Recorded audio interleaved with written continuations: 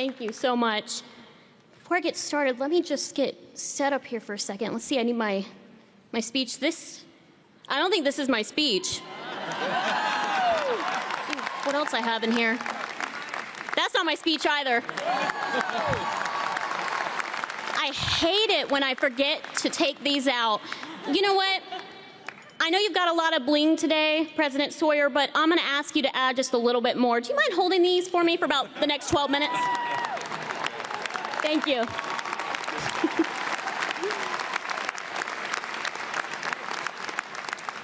Now that that's settled, good morning.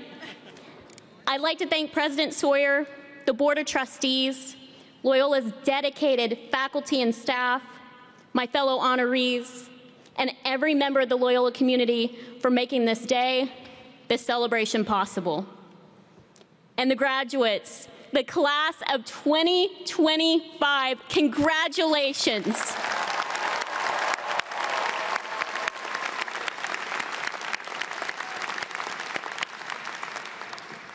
I'd also like to welcome the family and friends we have in the crowd today. I've got my own family out there. Can we give them all a big round of applause?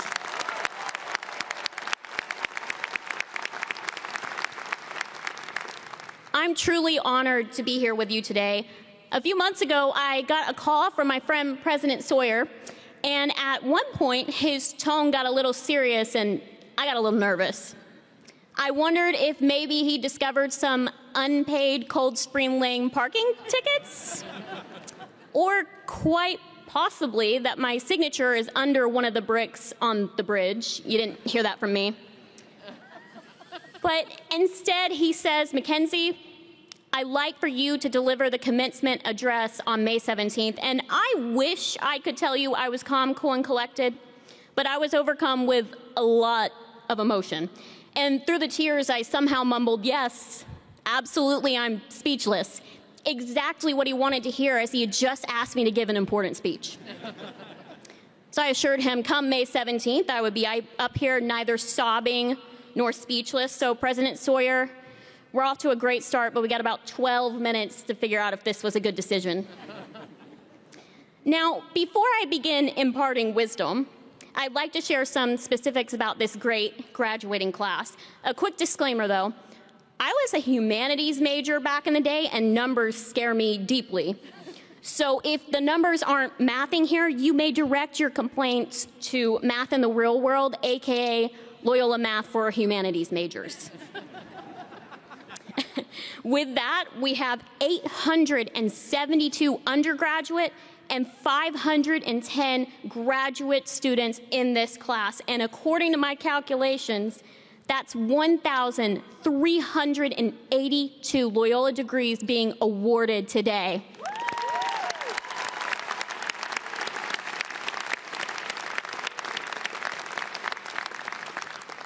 Making up this class, we have 117 varsity athletes, a group very special to my own heart. I have to give a shout out to the Loyola swimmers out there in the crowd today. Where are my H2 hounds? Congrats. We also have 4 outstanding ROTC cadets, honor scholars, student government leaders, and change makers, each of you ready to take your next steps. You've all brought something unique to this community and left a lasting mark, and I hope you recognize the magnitude of this great achievement today. Now, this class is also particularly special to me. I graduated from Loyola 7 years ago, and after graduation, I chose to remain close to Loyola to continue training for the Tokyo 2020 and Paris 2024 Games. And that decision came easily because I understood what I have built here was rare and special. A community who saw the best in me, believed in me, and pushed me towards greatness, a sentiment I hope our graduates share with me today. And in those extra years, I spent many hours training at the FAC. In fact, some of you probably saw me. I was the swimmer laying down on the side of the pool deck gasping for air as you guys relaxed in the sauna or the hot tub. That was me. I'm fine, don't worry. And in those years, I had a unique opportunity, one not many alumni are afforded. I watched as students began their journeys, grew with each passing semester, and became the kind of leaders ready to go out and make change. And this class was the last one I got to watch become Greyhounds as I go on to pursue a law degree this fall. And while I may not have personally crossed paths with every single one of you, I like to think we've been in this together. Because my time as a Greyhound didn't end at graduation. It wasn't just the 4 years I was a student or the years I trained here after. I'm a Greyhound to this day, and the lessons, values, and spirit of Loyola continue to carry me forward in everything I do. And I know this is something you'll come to find true as you graduate and move to your next chapter today. And standing here, I'm flooded with memories of my own Loyola graduation, and it feels like it was just yesterday, though in reality, it was so long ago that this arena was still called Royal Farms Arena, or more appropriately, ROFO Arena. Life comes at you fast. And during my graduation, I had plenty of time to reflect. I thought about how I got there and who I'd become as a Greyhound. But it wasn't just about my time as a student. It was about how I got there in the first place. I found that looking to the beginning, while at the end of a chapter reveals the journey as a culmination of moments, choices, and growth. I learned a lot from that retrospection, and I'd like to share some of that with you today. To understand what Loyola meant to me, I need to take you back to my beginning. At 19 days old, I was diagnosed with a rare condition called osteogenesis imperfecta, which in human terms means that I have brittle bones that often break for little to no reason. And upon receiving that news, my parents were told that I would never sit, crawl, stand, walk, even hold my head up, and that's if I survived infancy.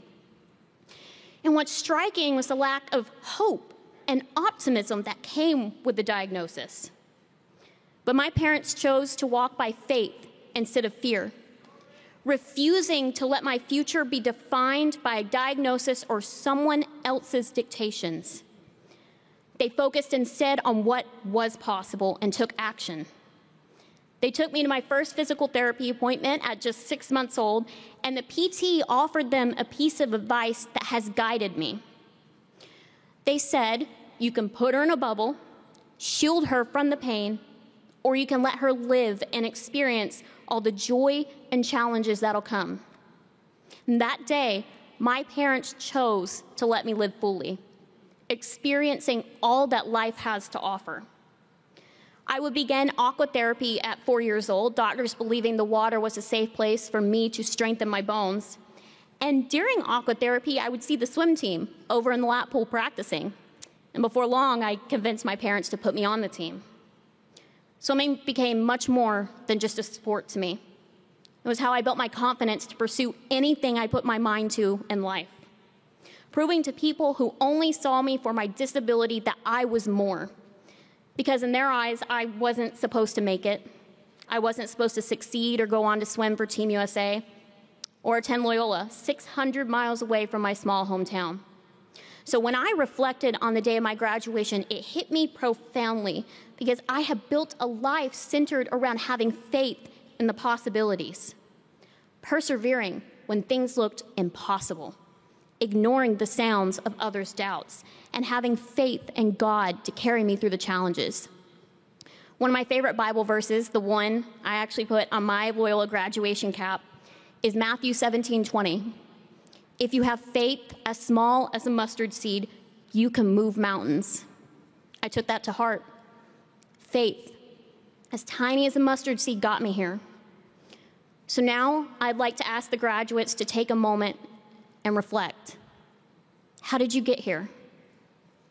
You persevered when things seemed impossible. You had people in your corner cheering you on, many of them in this arena, out in the crowd and in the seats among you. You had professors and mentors who pushed you to your fullest potential and got you to see the world through a different lens. If I can impart any wisdom from my own reflections, don't live in a bubble. Embrace all the joy and challenges that life will bring ahead, because that's what living fully is all about. And I'd like to share something with you that I've learned about challenges along the way. As someone who has lived with an unpredictable condition, I can tell you that challenges come out of nowhere, and usually when you're least expecting it. But as long as you have the right mindset, even through the most difficult of circumstances, there is nothing that you cannot overcome or pursue and achieve in life. Nothing. Every single fracture, all 100 plus of them that I've experienced, are without question the best things that have ever happened for me. Throughout my life, I built a mindset that my fractures have never taken from me. Instead, they've given me something: my greatest strengths. I've stood on top of the world with a gold medal around my neck because my brittle bone condition taught me to have perseverance and grit. I swam at Loyola because my brittle bone condition taught me to have discipline and always strive for my best effort. And that's not to say that the journey has been easy, trust me. There's been many times and many challenges where I've wondered or doubted if I was going to get through them. And one instance in particular stands out. Less than a month before my sophomore year here at Loyola, I fell and broke my femur. I called Loyola head swim coach, my great friend Brian Loeffler, from the back of an ambulance. I was scared and in disbelief at what had just happened. Brian was the first face that I saw at the ER, reassuring me that we were going to get through it. And that reminder helped me to refocus on what I could control: my mindset and my perspective. I came back to campus just in time for classes, about 2 weeks post-femur surgery, and I got back in the water. And less than a year later, I won 3 gold medals in Rio.